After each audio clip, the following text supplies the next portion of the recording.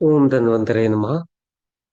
वैद्य के आराध्य देवता भगवान धन्वंतरी को नमन करते हुए हम इस certificate course in ayurvedic dermatology के नेक्स्ट बैच के इंट्रोडक्टरी सेशन में आप सभी का मैं वैद्य विलोक भारती मनपूर्वक स्वागत करता हूं। इसी के साथ हमारे यहाँ पे आज इस कोर्स के मेंटोर वैद्य अनय डावरे सर भी उपस्थित है। मैं उनका भी यहाँ पे मनपूर्वक स्वागत करता हूँ। हम सब वैद्यगण हैं तो सर्वप्रथम हम भगवान धन्वंतरी को नमन करेंगे। शङ्खं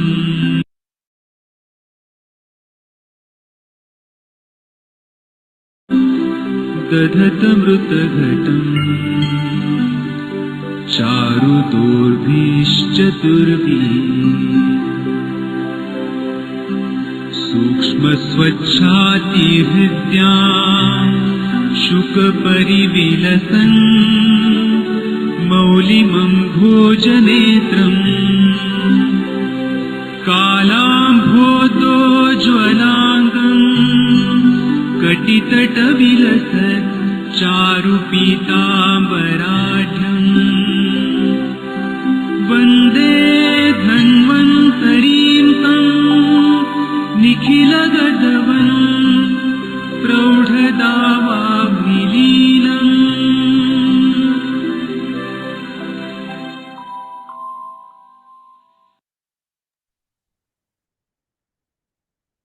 ओम धन्वंतराय नमः। माँ शारदा को नमन करते हुए हम हमारे इस आज के सेशन का आरंभ करेंगे। सर्टिफिकेट कोर्स इन डर्मेटोलॉजी। आज हम ये जो इंट्रोडक्टरी सेशन है 15th बैच का इंट्रोडक्टरी सेशन। 15th बैच कोई भी एक कोर्स की जब हो रही है तो इट्स अ बिग अचीवमेंट। आगे चल के आपको पता चलेगा कि किस प्रकार से ये कोर्स कंडक्ट किया जाता है, क्यों ये कोर्स हमने करना चाहिए। ये उद्देश्य से हम आज आपके सामने उपस्थित है। लेकिन उसके पहले जिस इंस्टीट्यूट के माध्यम से हम इस कोर्स को करने वाले हैं वो इंस्टीट्यूट क्या है, किस प्रकार से कार्य करता है, इसका एक ब्रीफ इंट्रोडक्शन हम यहाँ पे देखेंगे।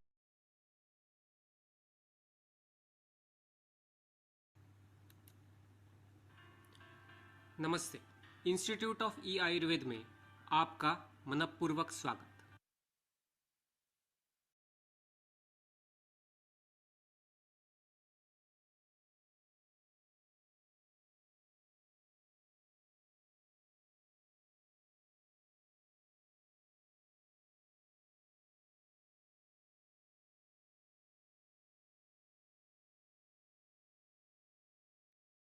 सर स्क्रीन दिख रही है, फुल स्क्रीन?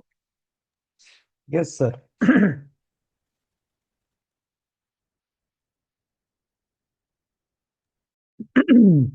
Yes sir. अभ्यासात प्राप्यते दृष्टि, अर्थात निरंतर अध्ययन से ज्ञानपूर्ण दृष्टि प्राप्त कर एक उत्तम चिकित्सक बनना।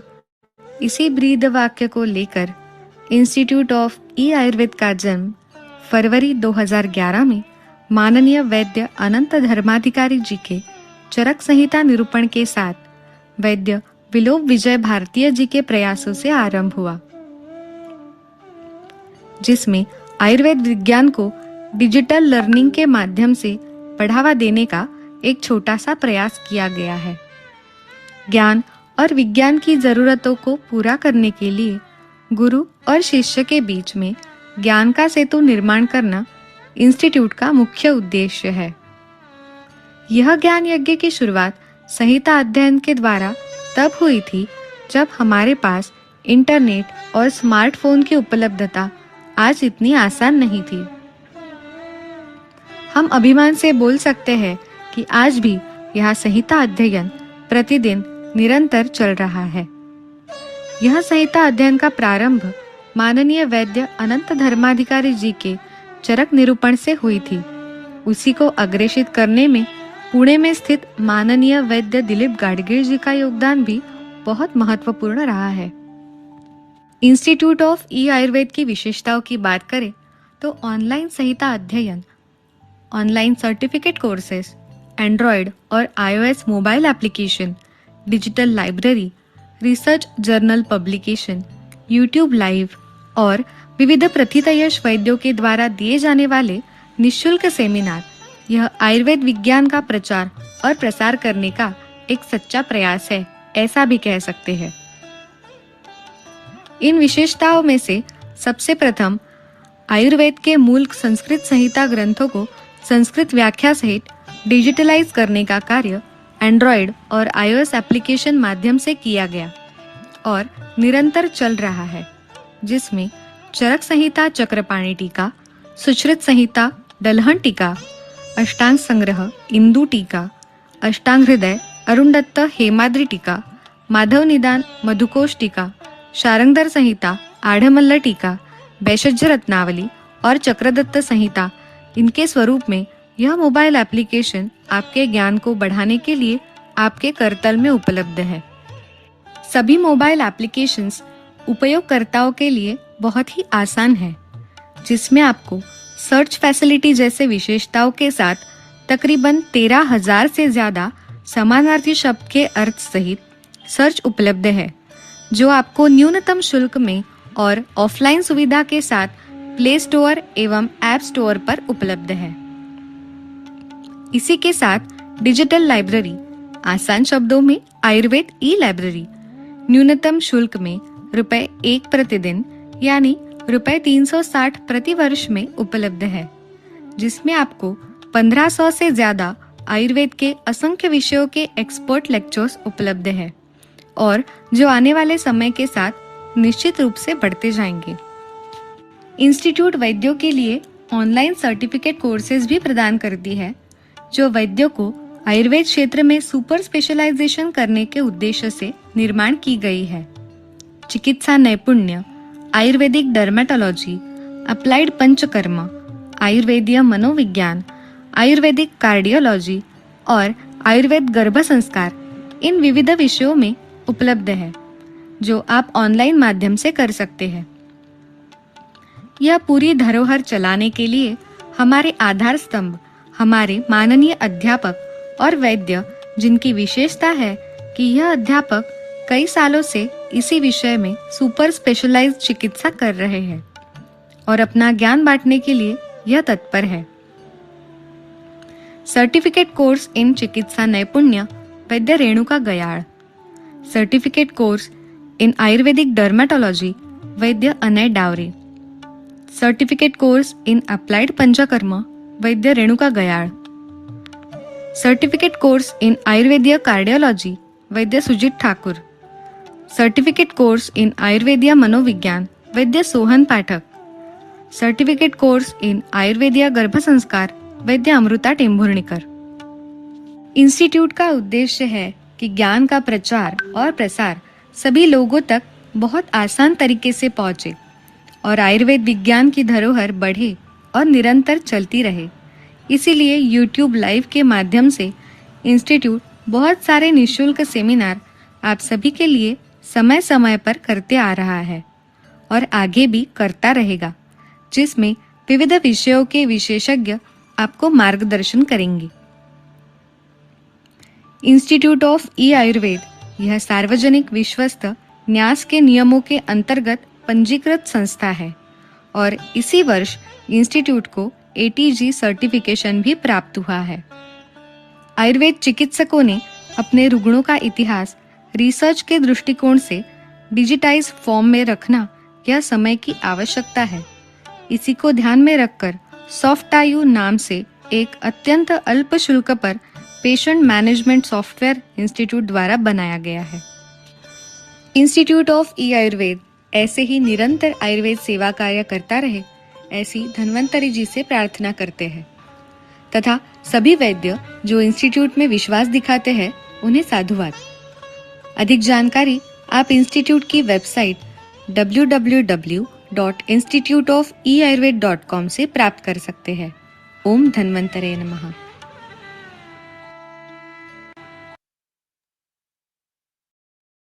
जैसा अभी हमने देखा, ऐसे ही सर्टिफिकेट कोर्स में आज का ये इंट्रोडक्टरी सेशन हमारा हो रहा है, certificate course in ayurvedic dermatology, और इसके हमारे मेंटोर है वैद्य अनय डावरे सर। ये जो सर्टिफिकेट कोर्स है ये इसकी 15th बैच है, और हर एक बैच में अप्रोक्सीमेटली अगर हम 100 पार्टिसिपेंट्स कहें तो आज तक अनेसर ने 1500 से ज्यादा त्वचा रोग विशेषज्ञ लास्ट 7.5 years में ट्रेन किए हैं, ऐसा हम कह सकते हैं। और इसकी प्रचिति हमें हमारे इन सभी ग्रुप्स में जो लाइव कॉन्वर्सेशन होता है, आज भी हमारे 2019 से जो हमारी फर्स्ट बैच थी उस फर्स्ट बैच के ग्रुप में इंटरेक्शन होता है, वहाँ पे केस प्रेजेंटेशन केस डिस्कशन चलता है। और ऐसा ये certificate course in ayurvedic dermatology, ये one of the successful course और वन ऑफ द प्रैक्टिकली जिसे हम इम्प्लीमेंट कर सकते हैं ऐसे कोर्स में आप सबका इंट्रोडक्टरी सेशन में मनपूर्वक स्वागत करता हूँ। और सबसे पहले हमारे जो मेंटोर है वैद्य अनय सर, उनका एक शॉर्ट इंट्रोडक्शन में यहाँ पे देना चाहूंगा। अनय सर इज प्रैक्टिसिंग इन डोंबिवली। ये पीपीटी फर्स्ट जब भी हमने ये शुरू किया था उस समय बनाई हुई पीपीटी होने की वजह से ये 12 years दिखा रहा है, लेकिन sir is having experience of more than 16 years।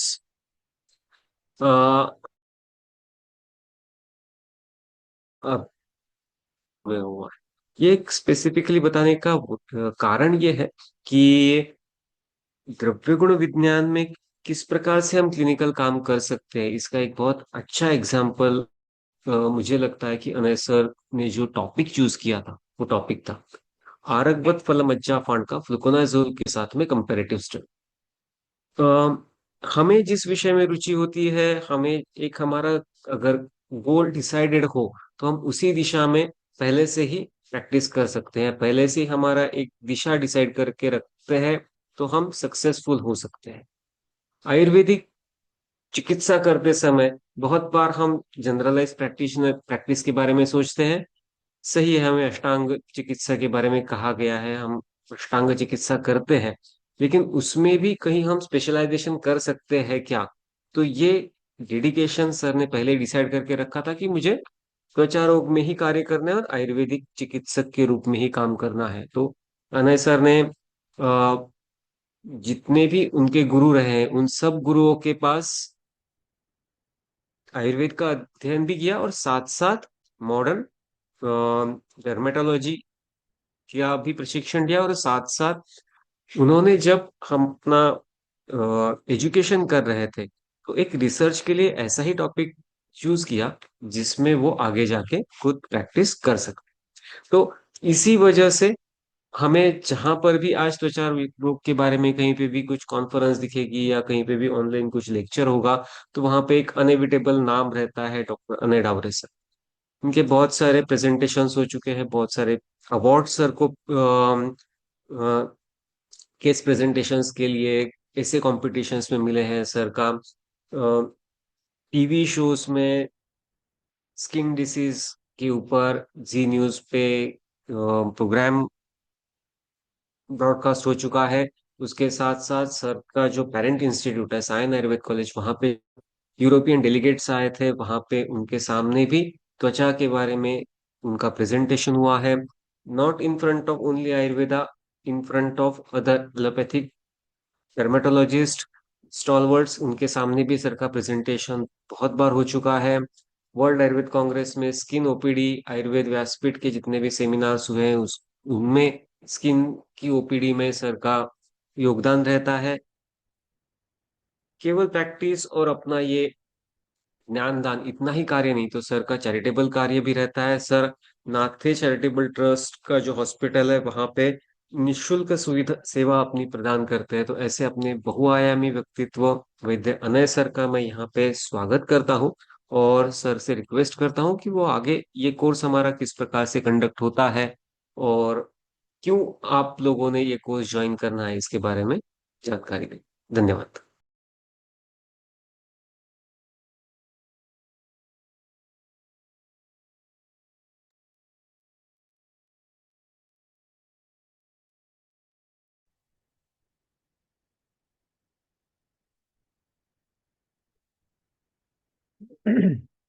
ओम धन्वंतरे नमः। सर मेरा आवाज बराबर से आ रहा है? Yes sir. Okay. Thank you विलोप सर फॉर द जो आपने डिटेल इंट्रोडक्शन दिया। एक first of all institute of E Ayurveda के बारे में आपने एक डिटेल इंट्रोडक्शन दिया, बिकॉज वो जरूरी है। बिकॉज कहाँ से शुरुआत हुई, कैसे हुई, और ये इंस्टीट्यूट ऑफ ई आयुर्वेद में कौन से धर्माधिकारी सर, गाडगिल सर जैसे स्टालवर्ट लोगों का अपना योगदान है, ये बहुत बताना जरूरी है। डिजिटल लाइब्रेरी से लेके बहुत सारी चीजें ये बताना जरूरी है, जो आज के जमाने में बहुत इजी हो गया है। So, first of all, thanks to introduce me here, and thanks also to give me opportunity for one more batch of 15 batch of certificate course in Ayurvedic dermatology, जो मुझे इस प्लेटफॉर्म पे लेने के लिए आपने मुझे परमिशन दी। So thank you for that. So आज का इंट्रोडक्शन क्या है, तो आज हम देख रहे हैं जो 15th बैच हमारी जो ये जो बैच है वो 15th बैच है।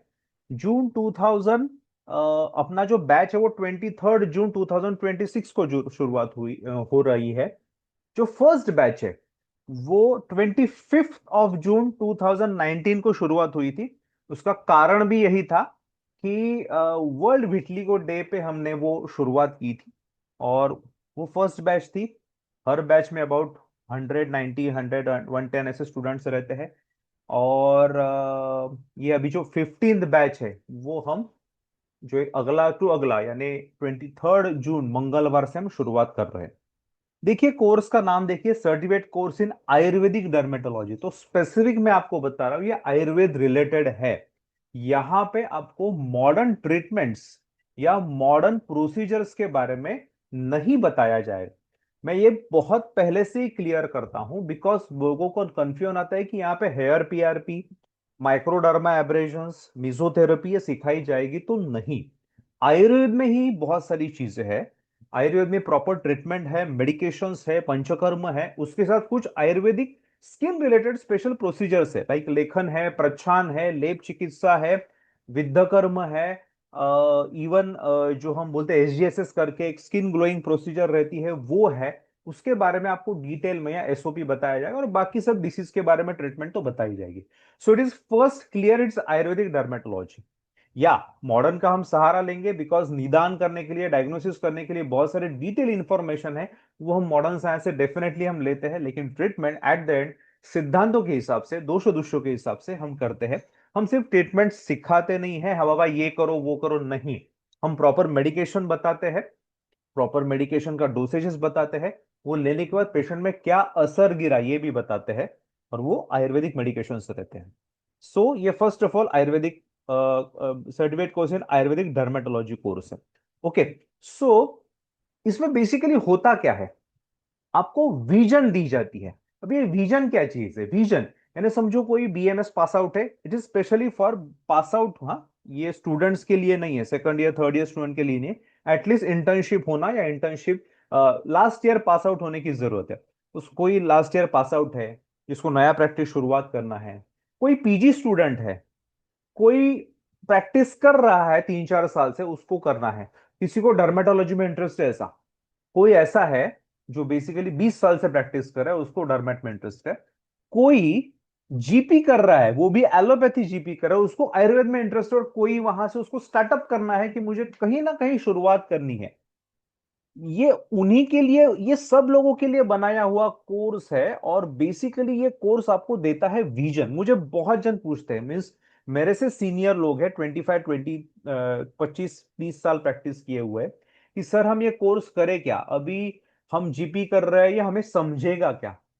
तो बेसिकली यहाँ पे बहुत थियोरटिकल नहीं बताया जाएगा, आपको बहुत प्रैक्टिकल चीजें, मेडिसिन, अगर आपको जो चाहिए वो आपको मिलेगा। यानी समझो कोई स्टूडेंट है, उसको ना सोरियासिस के बारे में डिटेल में जानना है, वो उसको समझ में भी आएगा, उसको ट्रीटमेंट भी समझ में आए। लेकिन कोई जीपी है, उसको क्या चाहिए, वो बोलेगा सर मुझे बाकी कुछ नहीं चाहिए, ये सोरियासिस है, उसकी ये मेडिसिन है, ये डोसेज है, मेरे को यही समझना है, मुझे कॉपी पेस्ट करना है। तो ये भी यहाँ पे आपको मिलता है। तो यहाँ पे बेसिकली हर एक को क्या मिलती है, vision. And what is the vision? Vision is the art of seeing what is invisible to others. यहाँ पे जो बाकी को नहीं समझ में आता या नहीं बताया जाता, वो आपको यहाँ पे बताया जाता है। और फ्री हैंड बताया जाता है, बिकॉज जो ट्रीटमेंट वो मैं क्लिनिक में करता हूं वही बताया जाता है।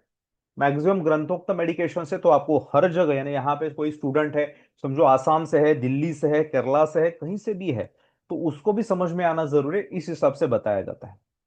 ये मैं बताने वाला आदमी सही हूं कि नहीं हूं, तो बेसिकली मैं 16 साल से प्रैक्टिस कर रहा हूं। मेरा जो शिक्षण है वो डॉक्टर महेश ठाकुर सर, इनके अंडर हुआ है बीएमएस। जब मैं उनके यहाँ सीखने के जाता था, मैंने एमडी, मुंबई के टॉप मोस्ट, मैंने एमडी करते समय जो डरमैट सीखा है, यानी कॉलेज में तो सीखना अलग है, लेकिन जो डरमैट सीखा है वो मुंबई के top most dermatologist doctor Dilip Thakkar sir, जिनके पास दिन के 150 से 200 पेशेंट रहते थे, अभी भी है, उनके पास मैंने 3 साल पढ़ा है proper modern dermat. Why modern dermat? Because vision तैयार करने के लिए आयुर्वेदिक पॉइंट ऑफ व्यू, ये हमेशा एक अलग ही मैटर है। मॉडर्न के पास सीखो लेकिन आयुर्वेदिक विजन डेवलप करो, ये अलग ही थिंग है। और मुझे वो बहुत बड़ी हिस्ट्री है, लेकिन मैं आपको बताता हूँ ऐसी विजन तैयार हुई। तो बेसिकली मैं लगता हूँ ये बड़ा फिश थोड़ा सा मैं हूं, जो मैंने बेसिकली मॉडर्न डरमैट भी अच्छी तरह से देखा है और आयुर्वेदिक डरमैट के बारे में देख के अभी उसको यूज करके मैंने पेशेंट ट्रीट भी किया है। पहले जब नया प्रैक्टिशनर था तो बहुत सारे पेशेंट फंसाए भी है मैंने वार्ड भी लगाए, हम जिसको बोलते हैं बेसिकली, क्योंकि तब गलतियां होती है ना, if you want to be a experiment तो होती है। लेकिन अभी ऐसा है कि क्या करना फिक्स मालूम है, तो अभी बिग फिश जैसा मैं हूं और मैं कुछ बाहर देख रहा हूं। And some many people, so many people are there कि why why are you floating there, आप क्या देख रहे हो या क्यों यहाँ पे हो। सो फिर भी मैं देख रहा हूँ। And then you can see दो छोटा फिश कैसे आता है पीछे से और वो बाहर दिखता है। क्या देखता है? The world of Ayurvedic dermatology. और मुझे आपको ना ये इसी में यही सिखाना है आपको, the world of Ayurvedic dermatology. मुझे मॉडर्न डर्मेट के बारे में बहुत सारी चीजें हैं, बहुत सारी चीजें आप देख सकते हो। अभी तो मॉडर्न डर्मेट को खुद डर्मेट में इंटरेस्ट नहीं है, they are only have interest in cosmetology, because उसमें बहुत सारा पैसा है। तो अपने लिए तो डर्मेट रखा है उन्होंने खोल के, और हम अच्छी तरह से उसकी ट्रीटमेंट कर सकते हैं with scientific point of view, with सिद्धांत एंड विथ रिजल्ट्स। कैसे? ऐसे। तो this is a case of basically psoriasis, जिसको आप देख सकते हो। ये सोरियासिस का पेशेंट है और ये अनस्टेबल सोरियासिस का पेशेंट है। There are two types, unstable and stable, जो चिकित्सा तत्व के हिसाब से बहुत जरूरी है। तो बेसिकली अनस्टेबल था, यानी फटाफट बढ़ने वाला था। विद इन 15 डेज पूरे बॉडी पे फ्लेयर अप हुआ। अभी यहाँ पे जो फोटो है वो फ्रंट और बैक का है, लेकिन हाथ से लेके हर जगह पे ये पेशेंट को आया था। एंड वो सोरियासिस था पेशेंट को, एंड वर्जिन पेशेंट था। वर्जिन पेशेंट यानी न्यू कमर, यानी आप जब आयुर्वेदिक डर्मेटोलॉजी स्पेशलिटी प्रैक्टिस करते हो तो आपके पास डायरेक्टली स्किन के लिए फर्स्ट विजिट के लिए पेशेंट आता है। यानी patient doctor allopathy modern dermatologist के पास नहीं जाता। आप स्पेशल कर रहे हो ना, तो अब बार आप जैसे जैसे पॉपुलर बन जाते हो वैसे वैसे फर्स्ट लाइन ऑफ ट्रीटमेंट के लिए या फर्स्ट डायग्नोसिस के लिए पेशेंट आता है। तो इसको हम वर्जिन पेशेंट बोलते हैं, यानी पेशेंट किसी डॉक्टर के पास नहीं गया, डायरेक्टली आयुर्वेद के पास आया, डॉक्टर ये मुझे ऐसा है, ऐसा है। तो बेसिकली ऐसे पेशेंट में रिजल्ट काफी फास्ट आते हैं, बिकॉज बहुत बार अगर पेशेंट कुछ स्टेरॉइड्स ले चुका चुका रहता है, मिथोट्रिक्सेट लिया चुका रहता है, लोकल सैलिसिलिक एसिड भी स्टेरॉइड यूज किया रहता है, तो बहुत बार उसके स्किन में चेंजेस हो जाते हैं। बट ऐसे अगर एकदम फ्रेश पेशेंट आया तो वो बहुत अच्छी तरह से ट्रीट होता है, ये हमेशा ध्यान में रखिए। तो ऐसा आया, स्ट्रेस वगैरह लेवल थी ये पेशेंट में, शिरोधारा से लेके बाकी मेडिकेशन है वो यूज किए गए, रक्तमोक्षण वगैरह वो सब यूज किया गया। And with in 1 month you can सी कि ऐसे पेशेंट में अच्छी रिजल्ट्स आए। पेशेंट को बाद में वमन भी पंचकर्म करवाया गया, and you can see the results. यही पेशेंट है जिसे you can C back side कैसे वो पूरा फ्लेयर अप है और कैसे वो खत्म हुआ। अब इसके बाद पेशेंट को फिर से आया कि नहीं आया, तो पेशेंट को फिर से नहीं आया बिकॉज उसका इंडक्शन भी स्ट्रेस रिलेटेड था। बेसिकली ये पेशेंट का जॉब ही था ऐसा कि he was a driver of scientist, तो उसको एक जगह पे साइंटिस्ट को छोड़ना और वहां से लेके आना, इतना ही काम था। और 6-8 घंटा बैठे हैं, तो उसका मदर एक्सपायर्ड हुआ था, दैट्स वाई एकदम सीवियर स्ट्रेस लिया था, दैट्स वाई ये सोरियासिस आया था। And you can see with ayurvedic medication हम उसको रिजल्ट ऐसे दे सकते हैं।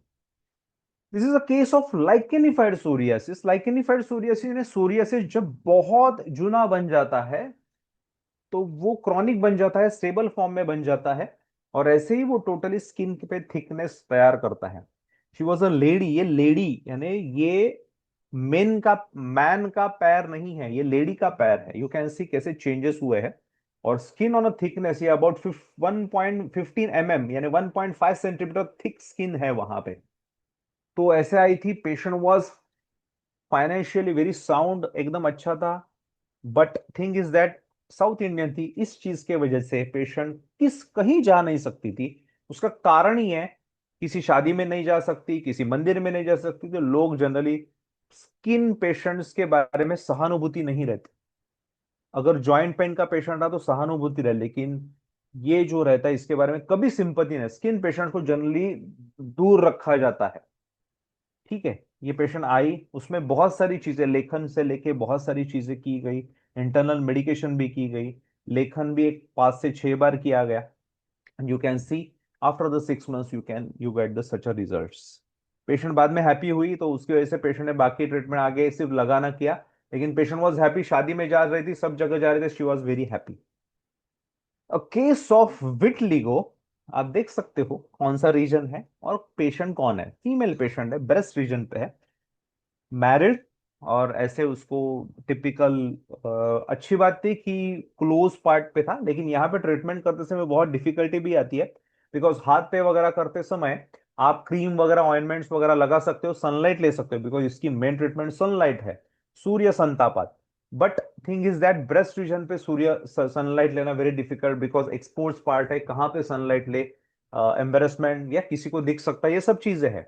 और दूसरा, यहाँ पे जरा भी जो लोकल एप्लीकेशन है वो स्ट्रांग हुआ तो it can cause irritation, so that's why वो भी एक प्रॉब्लम था। बट ऐसे हम आयुर्वेदिक ट्रीटमेंट से परफेक्टली उसको ठीक कर सकते हैं, यानी आगे आके पेशेंट का ठीक हुआ, या अभी भी पेशेंट मेरे कांटेक्ट में, for the other purpose, not for the vitiligo purpose. Alopecia universalis, नहीं हम ठीक नहीं कर सकते, हमारे हमेशा है, नहीं ठीक कर सकते। 14 साल का लड़का है आपके पास आया, आप नहीं ठीक कर सकते, कैसे बोल सकते? कुछ तो सिद्धांत यूज करो, कुछ तो दिमाग लगाना जरूरी है, बराबर है। तो ये 14 साल का लड़का आया, जिसमें बेसिकली कोविड काल में आया हुआ ये पेशेंट है, और इसकी ट्रीटमेंट अबाउट 1.5 से 2 साल तक चली। और अभी भी पेशेंट मेरे contact by the other purposes. अभी ये पेशेंट 21-22 साल का है, कॉलेज में जाता है, 14 साल का था, आया था, पूरे बॉडी पे not a single hair on the body ऐसा था, थोड़ा सा आईब्रोज वगैरह थे, आईब्रोज नहीं आईलिड्स के बाल थे, बाकी कहीं पे बाल नहीं थे। और वहां से हमने रिवर्स किया। यू कैंट बिलीव, यहाँ पे ये पेशेंट में जयपाल का एप्लीकेशन किया था, बट फिफ्थ 5 एप्लीकेशन होने के बाद भी पेशेंट को एक भी बाल नहीं आया था। उसके बाद पेशेंट को सिर्फ 50 हेयर आए थे। अगर आप काश्यप में जाओगे तो ऐसे बताया है कि रोमकूप पुरुषों में 2 लाख रहते हैं, 2 लाख में से 50 हेयर आना, परसेंटेज निकालो 0.0 कुछ तो और 00 लगेंगे, ऐसे इतना है। बट पेशेंट को बोला, पेशेंट के फादर ने बोला नहीं, एक बाल भी नहीं आया है, खेती नहीं आई, अभी खेती यानी शुरुआत हुई, अभी क्यों रुके, अभी चालू रखो। ऐसे कर करके 1.5-2 साल किया। ये पेशेंट का फोटो 1 साल बाद था। अभी ये पेशेंट का फोटो देखो कैसे हैंडसम दिख रहा है, हेयर स्टाइल करता है, सब करता है। ये मेरे 1 साल पहले पुराना ये फोटो है। पेशेंट बाकी पर्पस के लिए आता है, but thing is that you can see from here to here we can travel through. हम ट्रीटमेंट ऐसे कर सकते हैं, by whom, why through Ayurveda, Ayurveda के द्वारा हम ऐसी ट्रीटमेंट कर सकते हैं। प्रॉपर शोधन यानी विरेचन कर्म करना, रक्त मोक्षण करवाना, तिक्तक्षीर बस्ती करवाना, और लेपन चिकित्सा से हम ये करवा सकते हैं। You can see this. Then a case of granuloma, basically ये पेशेंट फ्रॉम अमरावती, यानी सर जहां पे विलोप सर जहां पे रहते हैं, फ्रॉम 700 किलोमीटर फ्रॉम हियर, वहां पे रहता था, और वहां से खास ये ट्रीटमेंट करने के लिए मेरे पास आता था। यू कैन सी इतना बड़ा ग्रैनुलोमा, ये almost half table tennis ball से भी बड़ा शेप था, और ऐसे पैर के रीजन को था। पेशेंट वाज, उसको पेशेंट को तकलीफ नहीं थी, लेकिन कुछ भी लगता था तो ब्लीडिंग वगैरह ऐसे होता था। The problem is that patient was very, उसी की वजह से वो ब्लीडिंग वगैरह से भी पेशेंट को तकलीफ होता था। सो ये पेशेंट में क्षार सूत्र का यूज किया गया। इस पेशेंट में क्षार सूत्र लगाना वाज नॉट इजी, बिकॉज यहाँ पे इंसिजन वगैरह हम लेते थे ना, ग्रैनुलोमा में ब्लेड लगता है ना तो ऐसे खर करके ब्लीड आता है, जोर से गश ऑफ ब्लड आता है एकदम से। मैंने सर्जरी में मेरा हाउस पोस्ट हुआ था तो बार बार काम करके मालूम था ये सब चीजें, तो गैमजी रखना ये सब करके किया। पेशेंट को अबाउट 4 टाइम क्षार सूत्र यूज किया and you can see patient को कैसे रिजल्ट है, got 100% cured. It's due to Ayurvedic सिद्धांत, आयुर्वेदिक ट्रीटमेंट। ठीक है। देन फंगल इन्फेक्शन, जिसको मैं नेशनल ईच डिसीज बोलता हूँ, राष्ट्रीय खुजली आजार ऐसे बोलता हूं मैं, व्याधि, जो बहुत डिफिकल्ट जाते हैं आज के जमाने में, मल्टीपल यानी एक साथ दो स्पेशीज रहते हैं, सब रहते हैं। एंड यू कैन सी ऐसे हो, ऐसे रहते हैं। हम इसको अच्छी तरह से ऐसे ठीक कर सकते हैं। ये 100% क्योर नहीं, इसके आगे भी ट्रीटमेंट करके इसको हम टर्मिनेशन में खदिरारिष्ट, हरिद्राखंड जैसे मेडिकेशन दे के हम उसको टोटल क्योर की तरफ लेके जाते हैं। सो बेसिकली हमने बहुत सारे डीसीएस देखे और उसकी ट्रीटमेंट देखी। ये सबका बेसिकली यहाँ पे विजन पढ़ाया जाता है कि आपको ऐसे ट्रीटमेंट करनी है। ऐसे नहीं कि आपको हाँ ये सिद्धांत यूज करो, ऐसे नहीं बताया जाता है। प्रॉपर मेडिकेशन बताए जाते हैं। कैसे दिखाता हूं मैं आपको। सो फर्स्ट ऑफ ऑल, ये जो कोर्स है वो ऑनलाइन डिस्टेंस एजुकेशन है। Distance why? बिकॉज आप जहां पे बैठे हो वहां पे आराम से बैठ के सुन सकते हो। जैसे अभी आपको सुनाई दे रहा है, दिखाई दे रहा है, वैसे ही कोर्स आपको दिखाई देता है। एक 3-4 मिनट में बराबर आपको लिंक लगती है, बराबर सब समझ में आता है। मैं सामने नहीं, मैं दिखता नहीं सही, तो भी सब परफेक्टली होता है। सो आप जहां पे भी बैठे हो, आप अगर समझो केरला हो, कर्नाटका हो, तमिलनाडु हो, दिल्ली हो, असम हो, गुजरात हो, कहीं पे भी आप सुन सकते हो, देख सकते हो। It's all lecture conducted by same method जो आप सेम देख रहे हैं, जूम से ही हम करते हैं। Total 24 lectures of 1 hour. कभी वो 1 आवर के रहते नहीं है, सवा घंटा 1.5 घंटे के रहते हैं। और 24 लेक्चर्स हैं, 24+4 या 5 एक्स्ट्रा लेक्चर्स रहते हैं, जिसमें और कुछ टॉपिक्स कवर अप किए जाते हैं स्किन रिलेटेड, इन्वेस्टिगेशन, अग्निकर्म वगैरह, वो सब टॉपिक्स। इवन हमारे यहाँ पे जो प्रीवियस बैच के जो हुए हैं वही अपने केसेस भी प्रेजेंट करते हैं। It is basically honour, means वो जो बोलते हैं इट्स ऑनर फॉर मी और प्लेजर फॉर मी कि मैंने ही जिनको सिखाया वो अपने सिद्धांत यूज करके पेशेंट को ट्रीट करे, अभी वो प्रेजेंट करे। तो ऐसे भी अपने यहाँ पे एक हाथ दूसरा लेक्चर रहता है। जो भी लेक्चर्स है वो लाइव लेक्चर रहते हैं। वो ट्यूसडे, जैसे मैं अभी लाइव बोल रहा हूँ, वैसे ट्यूसडे एंड थर्सडे 9:30 to 10:30 रात को लेक्चर्स रखे। वो specific wire night night time को, बिकॉज बहुत जन की ओपीडी रहती है, तो 9:30 इज ओके टाइम फॉर। मेरी भी खुद की ओपीडी रहती है, तो मैं ओपीडी करके तुरंत आता हूँ और लेक्चर लेता हूँ Tuesday and Thursday. Why 2 lectures in a week? इसका कारण ही है, हमें ना सिर्फ आपको ना फटाफट फटाफट 30 दिन में लेक्चर सीरीज खत्म करना नहीं, हमें आपको पढ़ाना है। तो आप पढ़ते हो, आपको वो दो समझना है, अप्लाई करना है, उसके साथ आपको बुक्स पढ़नी है, इसके लिए टाइम जाता है। ओके। इसका रिकॉर्डिंग भी आपको मिलता है, यानी समझो आज समझो लेक्चर हुआ तो 24 आवर्स में जनरली लेक्चर है वो साइट पे अपलोड हो जाता है।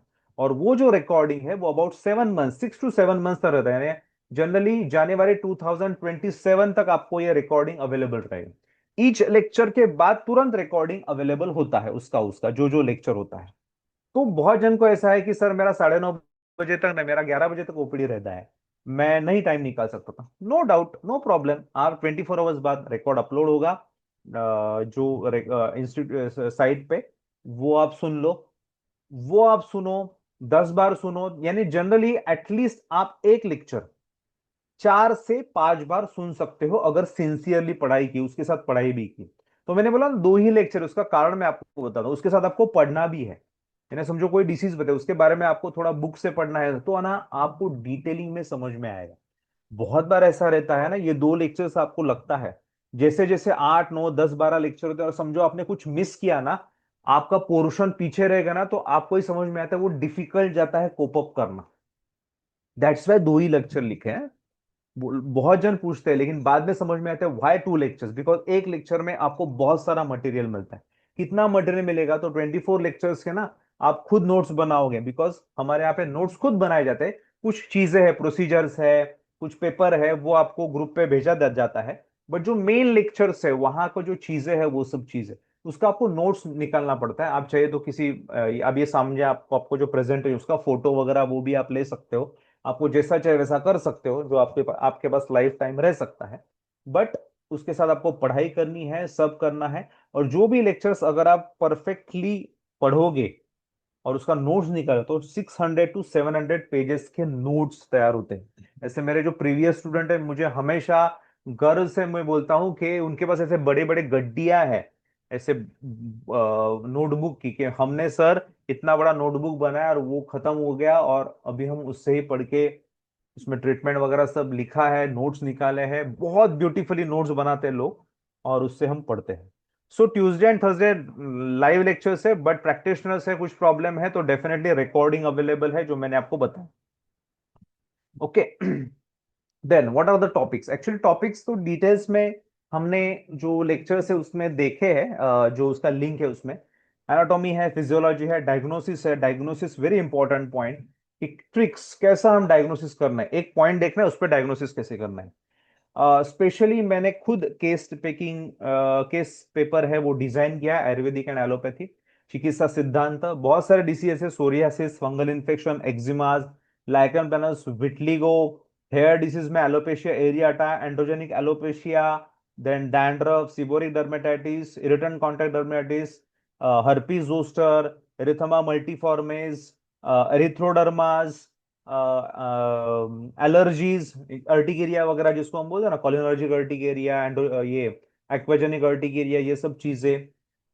इमरजेंसी मैनेजमेंट, जब आपके पास बहुत इमरजेंसी आती है, त्वचा रोग की इमरजेंसी जो बहुत डिफिकल्ट रहती है, उसमें कैसा हमें करना है। डिकोडिंग ऑफ द कल्प, ठीक है सब समझ में आ गया, लेकिन हमारा जो पावर रहता है, जो मेन वेपन्स रहते हैं वो हमारे कल्प रहते हैं, वो कैसे डिजाइन किए हैं और ऐसा कैसा उसका यूज होता है। जब आपको एक कल्प समझ में आता है तो आपको 10 कल्प आराम से समझ में आता है। उसका लिस्टिंग दिया जाता है आपको, एक प्रॉपर पेपर है उसका लिस्टिंग दिया जाए कि बाबा ये कफवातज, कफ पित्तज, पित्त कफज कैसे काम करता है, इस हिसाब से बताया जाता है।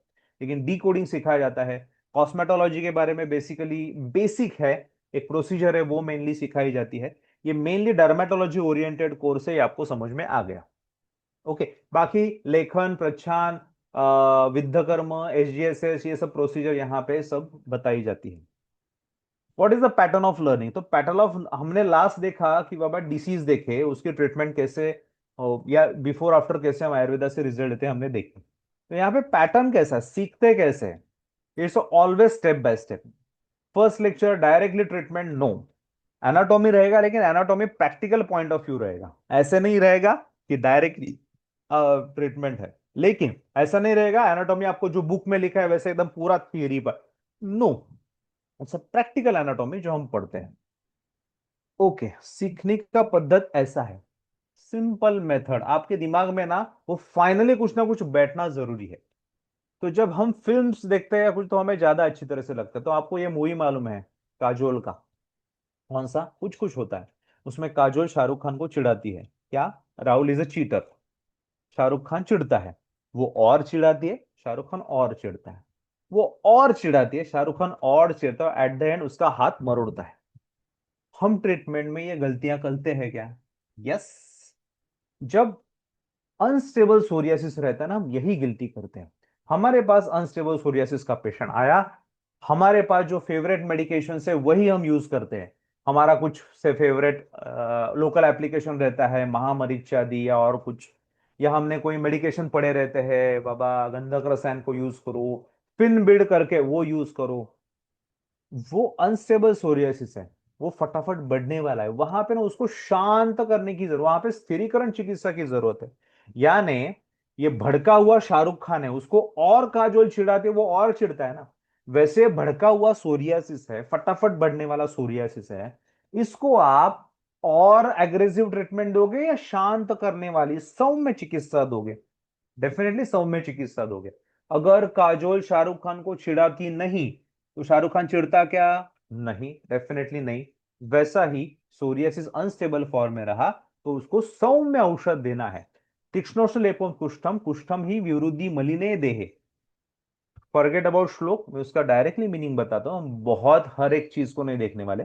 बेसिकली फटाफट बढ़ने वाला रहेगा या दोष बहुत बड़े रहेंगे तो आपको तीक्ष्ण लेपों का यूज नहीं करना है। मैं तो बोलता हूं तीक्ष्ण लेप नहीं, तीक्ष्ण अभ्यंतर औषधियों का भी यूज नहीं करना है।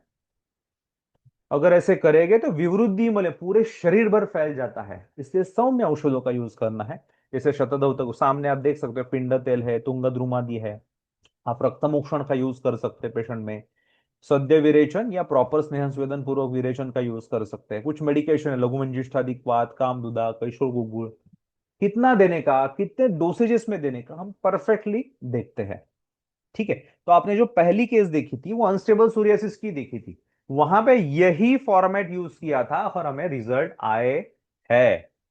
ठीक है, सौम्य औषध, एग्रेसिव ट्रीटमेंट नहीं। ठीक है, सोरियासिस के ट्रीटमेंट में हम क्या गलती करते हैं? अभी दूसरा मूवी आ गया, बाहुबली मूवी आ गया, राइट? क्या है ये? तो ना अपनी जो सोरियासिस के ट्रीटमेंट है वो बहुत बड़ी बाहुबली की तरह रहती है, सॉरी, भल्ला देव की तरह रहती है। क्या है? सोरियासिस ये जायंट डिसीज है, ये जो बाहुबली का पुतला है ना, इतना बड़ा डिसीज है, और हमारी ट्रीटमेंट रहती है वो बाहुबली भल्लाल दे जितनी छोटी सी। यानी हाँ, आरोग्यवर्धिनी 1 बीडी, कैशोर गोकुल 1 बीडी, कुछ नहीं काम होता। आपको ना proper medications with proper management की जरूरत है। आपको ऐसे प्रॉपर सेटअप ऑफ मेडिकेशंस और उसके प्रॉपर डोसेजेस की जरूरत है। आपको अगर हाथी को मारना है तो आप शेर को भेजोगे या बकरी को भेजोगे? डेफिनेटली शेर को भेजोगे। शेर डायरेक्टली अटैक करता है क्या? नहीं, देख के अटैक करता है, हाथी का ध्यान नहीं है, ये सब करके तब अटैक करता है। वैसा ही सोरियासिस एक जायंट डिसीज है, लाइक बाहुबली। अपनी ट्रीटमेंट भल्लाल देव की तरह नहीं होनी चाहिए, हमारी ट्रीटमेंट स्ट्रांग होनी चाहिए। कैसी होनी चाहिए? तो ऐसी। ये थोड़ा स्टेबल सोरियासिस की ट्रीटमेंट है, इट इज नॉट अनस्टेबल। तो आपको देखिए यहाँ पे घृतपान है, इंदुकांत घृत। कल्प में कुछ कॉम्बिनेशन, रसमाणिक्य, बाउची, विडंग, मंजिष्ठा, गंधक रसायन, गोमूत्र की रसपाचक, आरक कषाय, और बाह्य में या लोकल एप्लीकेशन में अर्क तेल का यूज किया जाता है।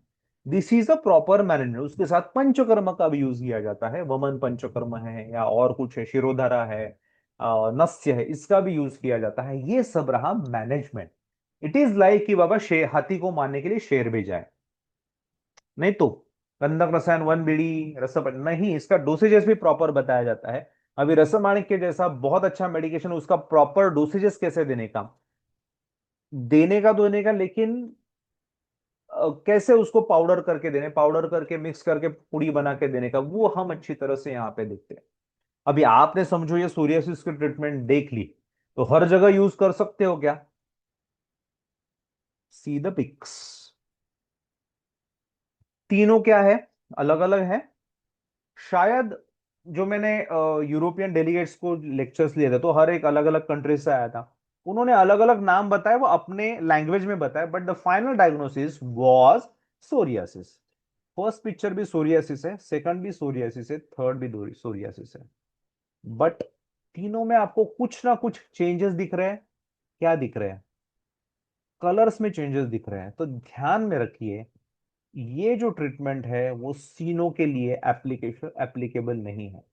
दोषों की स्थिति बदलती है। डेफिनेटली आयुर्वेद में सोरियासिस के लिए नाम नहीं है, हम किटी उसको बोल सकते हैं, बट दोषों की स्थिति रहे तो that can be a different, कफवातज, कफ पित्तज, पित्त कफज, पित्तज, ऐसे कुछ भी हो सकता है। तो और ट्रीटमेंट उसमें चेंजेस हो सकती है, डोसेजेस उसमें बदलते हैं, और यही हम अपने लेक्चर्स में प्रॉपरली देखते हैं। डर्मेटोफाइटोसिस एक फंगल इन्फेक्शन, हमारे क्लिनिक में हर एक पेशेंट आते हैं। यस, यहाँ पे एक जेनरी के बारे में मैंने लिखा है, जेनरीज आर ट्राइकोफाइथॉन माइक्रोस्पोरम एपिडोनम। क्यों पढ़ने का? देखिए, आपने कभी पेशेंट को नोट किया, दो चीजें पेशेंट हमेशा बताता है, डॉक्टर मैं जब रात को सोता हूं तो मुझे बहुत खुजली आती है, दिन भर ठीक रहते हैं। या पेशेंट ये भी बताता है कि डॉक्टर मेरा सब ठीक रहता है, बट जब मैं कपड़े निकालता हूं घर पे आने के बाद, तब मेरा बढ़ता है, तब मेरा बहुत खुजली वगैरह होना शुरुआत होता है। इसका स्पेसिफिक कारण है, देयर इज स्पेसिफिक स्पीशीज और स्पेसिफिक जेनेरे जो बेसिकली एयर के कांटेक्ट में आते हैं, वो तुरंत हिस्टामिन को एक्टिवेट करते हैं और हिस्टामिन सीक्रेट होता है, तो इसलिए बहुत बार कपड़े निकालने और खुजली होती है।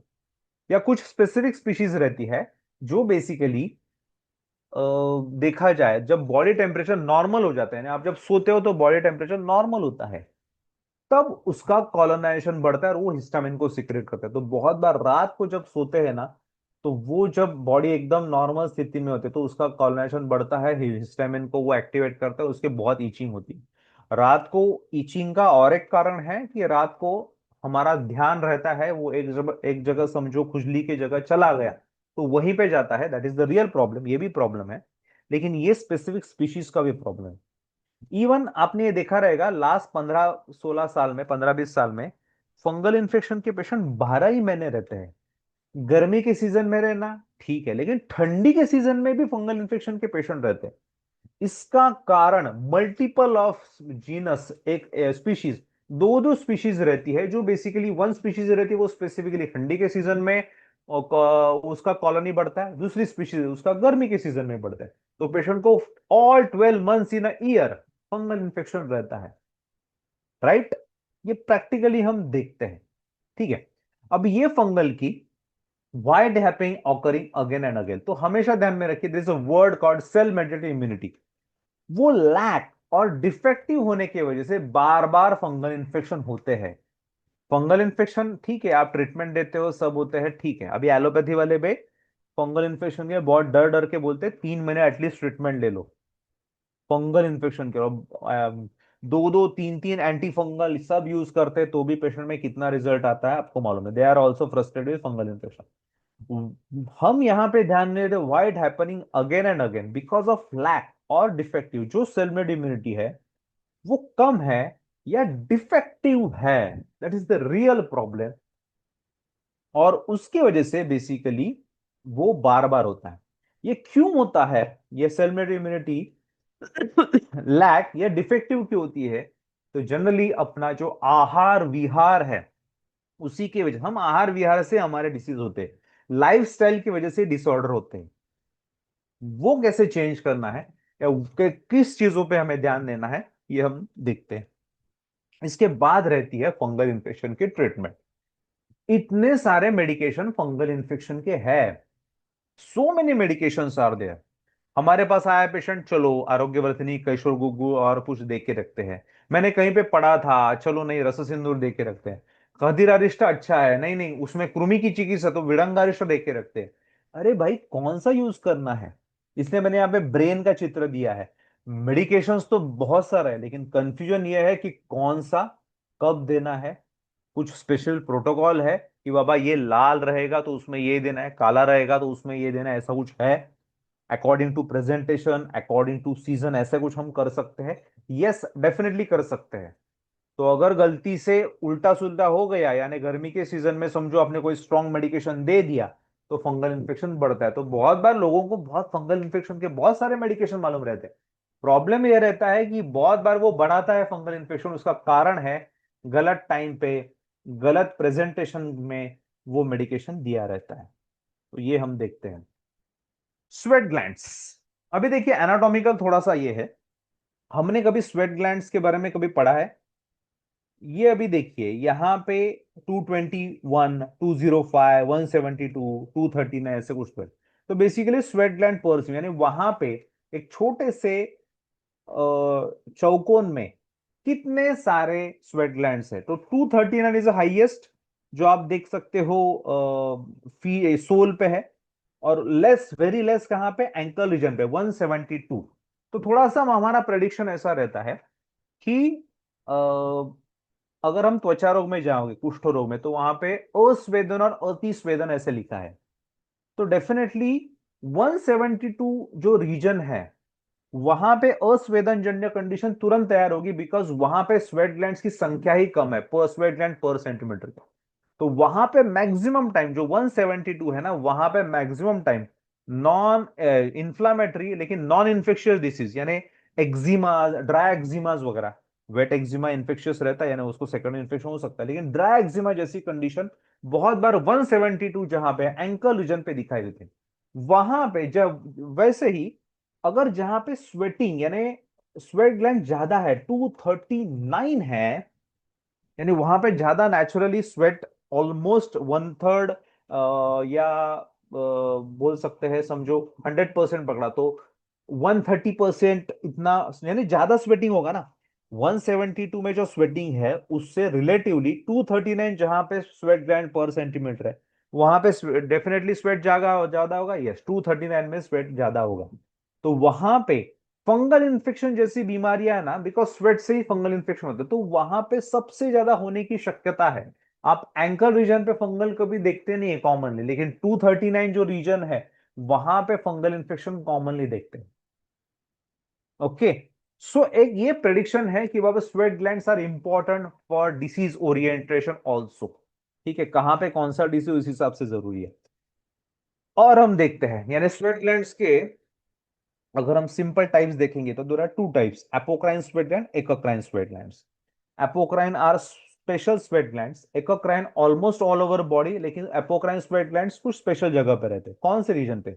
Axilla region, areola region, periumbilical, perineal and, यानी जहां पे हम बोल सकते हैं ग्रॉइन रीजन, फंगल इन्फेक्शन जहां पे कॉमनली होता है, जॉक्सी जिसको हम बोलते हैं। एक्सिला रीजन यहां पे एपोक्राइन स्वेट ग्लैंड्स हैं। इवन जो एक्सटर्नल ईयर कैनाल का जो हम कान का मैल बोलते हैं वो भी उसका ही मॉडिफाइड एपोक्राइन स्वेट ग्लैंड का सिक्रीशन है। मिल्क सिक्रीशन है मैमरी ग्लैंड से जो होता है वो भी मॉडिफाइड एपोक्राइन ग्लैंड का सिक्रीशन है। तो ये क्यों पढ़ना है? Because these glands secrete a different type of sweat जो बेसिकली ऑयली एंड ओपेक थोड़ा सा रहता है, और वो बेसिकली बैक्टीरिया जो है वहां पे अट्रैक्ट ज्यादा करता है, और उसके वजह से वहां पे बीमारियां ज्यादा अलग तरीके से हो सकती है। दूसरा, वहां पे मेडिकेशन का भी यूज, हमें मोर पेनिट्रेटिव मेडिकेशन की यूज करने की जरूरत है। देखिए, हम एनाटॉमी ऐसा पढ़ते हैं, एपोक्राइन स्पेडले यानी एपोक्राइन का कॉइल देखो उसका शेप कैसा है, हम नहीं पढ़ते। वाई वहां पे हमें कॉन्सेंट्रेट करके ट्रीटमेंट करना है ये हम पढ़ते हैं। ठीक है, देन हमारे पास जब क्लिनिक में हम बैठे हैं, पेशेंट आता है कौन से तो रीजन को लेके आता है कि डॉक्टर मेरे पैर को, मेरे शोल्डर रीजन को, मेरे स्टमक रीजन को कुछ ना कुछ है। हम देखते हैं तो आपको आ गया सामने सर्कुलर रीजन। बेसिकली डायग्नोसिस में ऐसा है कि पेशेंट कौन सा रीजन बता रहा है वहां वहां ही आपके कुछ डायग्नोसिस आने जरूरी है। उसके बाद एक्चुअली देखने के बाद आपके दिमाग में कुछ डायग्नोसिस आने की जरूरी है। तो कुछ ऐसा सर्कुलर लेशन आया जहां पे आपको देख सकते हो, जहां पे थोड़ा सा पैप्यूल्स है, थोड़ा सा स्केली है, सेंट्रल क्लियरिंग जैसी कंडीशन है। ठीक है, ये रिंगवर्म है, मोस्ट इजिएस्ट इन्फेक्शन। लेकिन ये कुछ और सर्कुलर है, बट उसके जैसा नहीं है। ये आ गया न्यूमुलर एक्जिमा। ठीक है, दो तो ठीक है। और एक सर्कल आ गया, और ये तो कुछ कॉन्सेंट्रिक रिंग जैसा लग रहा है, बो एंड एरो जैसा लगता है ना, वो वैसे लगता है कि एरो लेके मारू वहां पे। कॉन्सेंट्रेट, तो it's erythema multiformis. Okay, first fungal, second eczema, nummular eczema, third erythema multiforme. और एक सर्कल आ गया, इसका तो शेप ही अलग है, ये तो फंगल जैसा सेंट्रल क्लियर लिखता है लेकिन कुछ तो अलग है, ग्रैनुलोमा एनुलर है। एंड लास्ट में चेहरे पे और एक सर्कुलर लेशन है, and it's blastomycosis. What is it? हमने म्यूकर माइकोसिस पढ़ा है, उसका ही भाई है क्या? हो सकता है, बट ये अगेन सर्कल है। तो ऐसे हमारे पास जब सर्कल आता है, और वो कौन से रीजन पे, हम डायग्नोसिस कैसे करें, परफेक्टली उसको कैसे देखना है।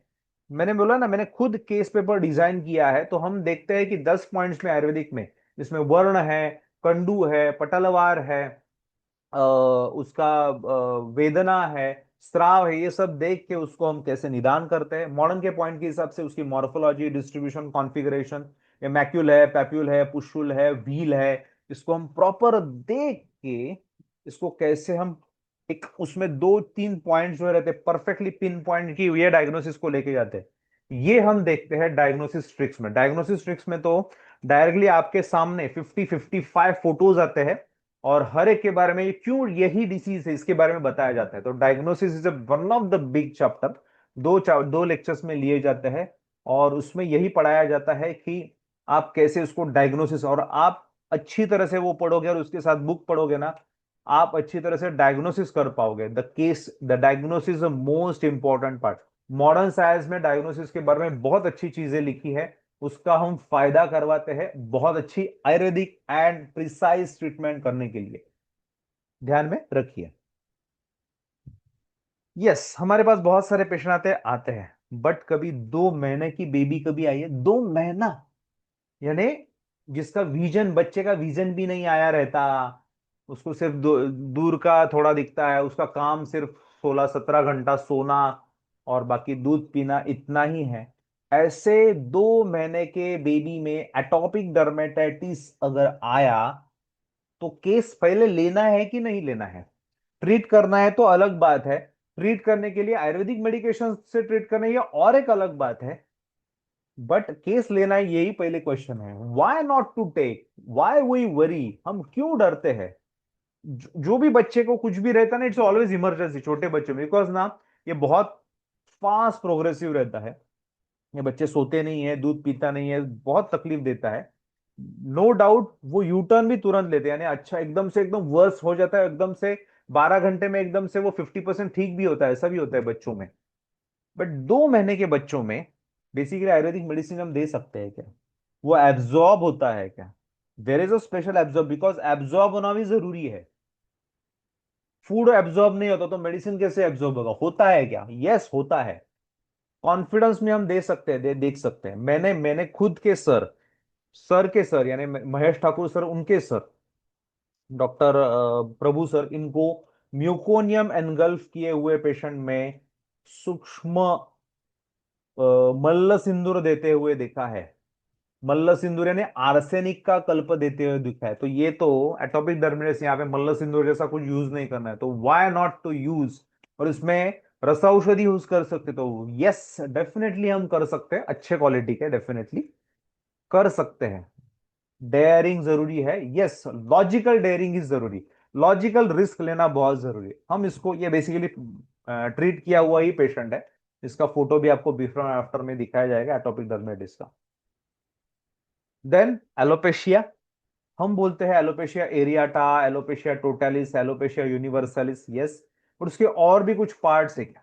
और हमारा फेवरेट मेडिकेशन फंस सकता है क्या? तो उसका ये प्राइम एग्जांपल है, patch reticular diffuse ophiasis, reverse ophiasis and alopecia totalis. तो इसमें जो रेटिकुलर पैटर्न है ना, that is the one of the worst, जहां पे हमारा जो फेवरेट मेडिकेशन है, अगर आपने जयपाल जैसा कोई या गुंजा जैसा कोई यूज किया ना, वो अगर लगाएंगे ना, तो इट कैन कॉज वर्स्ट। वहां पे वो तकलीफ देता है, वो और बढ़ाता है। इवन बहुत बार ऐसा रहता है रेटिकुलर पैटर्न, पेशेंट आता है, डॉक्टर मुझे ना नए पैचेस फटाफट फटाफट आ रहे हैं। ये बार्बर के पास जाता है, और बार्बर के पास वहां पे बार्बर बोलते हैं पूरे बाल निकाल लो। वो मैकेनिकली या फिजिकली वो पूरे बाल निकाल देता है बाय वस्तरा, और फिर से पेशेंट को बाल ही नहीं आते, यानी वो इंजुरी करता है और डायरेक्टली टोटलिस में कन्वर्ट होता है। तो how to take care of these part, ये जो डिफरेंट टाइप्स है उसको कैसे परफेक्टली ट्रीट करना है, ये हम देखते हैं। क्षार, क्षार चैप्टर ना ये सर्जरी में आया हुआ, राइट, सुश्रुत में आया हुआ है। लेकिन मैं कभी भी जब क्षार को देखता हूं ना, तो मुझे लगता है it is specially design for skin. भाई देखिए, प्रतिसारणीय क्षार कहां कहां पे यूज ग्रंथोक्त बताया। कुष्ठ, टिटी, दद्रु, कृमि, किलास, अर्बुद, सुप्ति, ग्रंथि, दुष्टव्रण, नाड़ी, चर्मकील, तिलकालक, न्यच्छ, वंग, मशक, बाह्य विद्रदी। लिस्ट खत्म ही नहीं हो रही है त्वचा रोगों की। इट्स मोर देन 15 डिसीज जिसमें क्षार का एप्लीकेशन बोला है, और वो परफेक्टली हम ट्रीट कर सकते हैं। 100% ट्रीटमेंट करने के लिए क्षार का यूज होता है। इवन कहां जहां कुछ कहीं जगह पे हम अग्निकर्म कर नहीं सकते, कुछ स्पेसिफिक पेशेंट्स जहां पे हम अग्निकर्म कर नहीं सकते, वहां पे भी क्षार का यूज युक्ति पूर्वक हम यूज कर सकते हैं। तो मेरे हिसाब से जो क्षार है, इसका भी स्पेशल चैप्टर हम सिखाते हैं, is specially design for डर्मेट section only, specially design for डर्मेट, प्रति ये क्षार चैप्टर रहता है। देन जैसे मैंने बोला डी कोडिंग ऑफ द कल्प, तो आरोग्यवर्धिनी का डी कोडिंग बताया जाता है। मैं आपको बताऊं, ये वेरी इंटरेस्टिंग है। ये अगेन मेरे सर के सर यानी डॉक्टर महेश ठाकुर सर, उनके सर प्रभु सर, उन्होंने बनाया हुआ ये फ्रंट पेज है। जो आरोग्यवर्धिनी के जो कंटेंट है ना, ये सब कंटेंट एक ही पिक्चर में है। रसगंधा लोहा ब्रश शुल्भ भस्म समांकुश त्रिफला द्विगुणा योजा, ये सब आपने बायहार्ट किया ना, ये सब है। देखो ये पांच भस्म, त्रिफला, शिलाजतु है, देन चित्रक है, गुगुल है, इस सब के इक्वल क्वांटिटी में कुटकी है, और इस सब को सबसे ऊपर निम्ब पत्र की भावना है। ऐसे सब एक वेरी ब्यूटीफुली बनाया हुआ पेज। और कैसे आरोग्यवर्धिनी को हम डिकोड करते हैं और वो कहां कहां पे हम यूज कर सकते हैं, दोष धातु मल पे कैसा काम रहता है और कौन से व्याधि में कैसे काम करता है, ये हम देखते हैं। Then some success stories of mind, it's always pride, it's always honour. जो प्रीवियस बैच के पार्टिसिपेंट्स हैं उनकी परमिशन लेके ही मैंने ये फोटो सामने की, उन्होंने ही अपने इसमें प्रेजेंट किए थे, ग्रुप में प्रेजेंट किए हैं।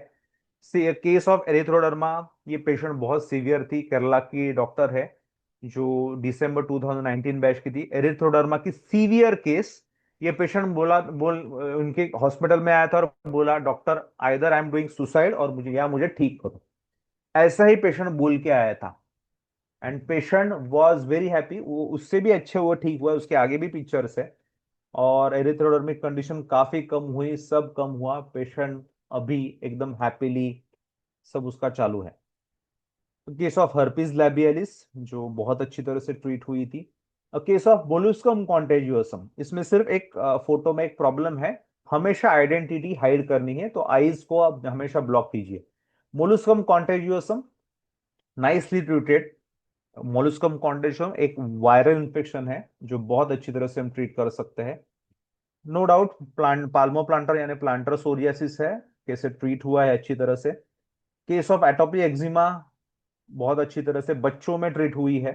हाँ, एक्रोकॉड्रॉन या स्किन टैग्स, ये जो वैद्य है ये तो फर्स्ट टाइम ये लगा रही थी। वेरी स्केयर टू यूज क्षार सूत्र, नहीं यूज करने सर, आप बताओ। पढ़ाया भी था लेकिन फिर भी उनको मैंने गाइड किया एंड यू कैन सी कैसे 100% रिजल्ट आए बाय यूजिंग क्षार। मैं आपको बोल रहा हूँ ना, क्षार ये डरमेट के लिए बनाया है। हीलिंग अल्सर, इसके बारे में ट्रीटमेंट करके कैसे रिजल्ट आए हैं। अभी ये तो ना एक जो डॉक्टर है उन्होंने अपने पेशेंट का, यानी उन्होंने अपने पेशेंट जो ट्रीट किया उसको एडवर्टाइजमेंट तौर पे यूज किया कि बाबा मैंने एक एलोपेशिया ओरेटा का पेशेंट आया, उसको कैसे मैंने ये ट्रीटमेंट किया और कैसे मुझे रिजल्ट्स आए, इसके बारे में उन्होंने परफेक्टली बताया। तो जो बोलते हैं ना कि हम अपने ही पेशेंट की जो फोटो है ट्रीट करने के बाद अपने ही एडवर्टाइजमेंट के लिए यूज कर सकते हैं। ये भी फोटो है, ये दूसरा भी है, देखिए सोरियासिस का पेशेंट था and in between the treatment and after the treatment कैसे उन्होंने ठीक किया and he was very happy. Patient was very happy. Basically हम हैप्पी नहीं होते, हम पेशेंट को जो रिजल्ट देते हैं ना उससे पेशेंट बेसिकली हैप्पी होता है, ध्यान में रखिए। तो ये सब जो डिटेलिंग में है ना ये हम ट्रीट करते हैं और ये हम यहाँ पे सिखाते हैं कैसे ट्रीट करना है। इट्स ऑल, ये क्यों करते हैं आपको बताता हूं। यश है, हमें प्रैक्टिस में यश चाहिए, ब्लेसिंग्स ऑफ द पेशेंट्स है, पैसा तो है ही, and most important the satisfaction कि बाबा हमने अपने सिद्धांतों को यूज करके पेशेंट को रिजल्ट दिए, patient was very happy, patient के लाइफ में चेंजेस हुई। यू कैन, आपने जो पहला एक फोटो देखा था 22 ईयर्स से पैर को था, 22 साल से ना किसी शादी में जाना, कहीं पे नहीं जाना, और वो अभी मंदिर जैसे लेके हर जगह जा सकती है। पेशेंट के लाइफ में चेंज होता है। तो हम स्पेशली डरमैट में अच्छी तरह से सिद्धांतों को यूज करके, प्रॉपर मेडिसिन को यूज करके, उसको डोसेस परफेक्ट यूज करके, छोटे बच्चों से लेके एडल्ट्स में हम बहुत सारे स्किन कंडीशन में बहुत अच्छे रिजल्ट लाके पेशेंट के लाइफ में चेंजेस कर सकते हैं। तो ये सब पढ़ने के लिए हमारे course is open for always.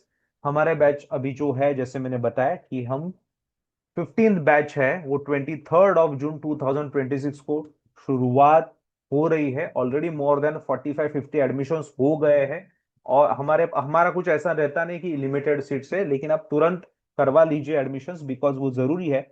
हम ग्रुप्स बनाते हैं, सब बनाते हैं, इस हिसाब से किया जाता है। अभी ग्रुप्स के बारे में आपको बताता हूं। अभी भी फर्स्ट बैच का जो जून 2019 बैच का ग्रुप अभी भी एक्टिव है, वहां पे भी केसेस डिस्कस की जाती है। तो समझो अपना कोर्स 3 महीने का है, रिकॉर्डिंग 7-8 महीने का, लेकिन अपना जो कनेक्शन है वो लाइफ टाइम रहता है। और मुझे जैसे टाइम मिलता है मैं डेफिनेटली हर चीज को रिप्लाई करने की कोशिश करता हूँ।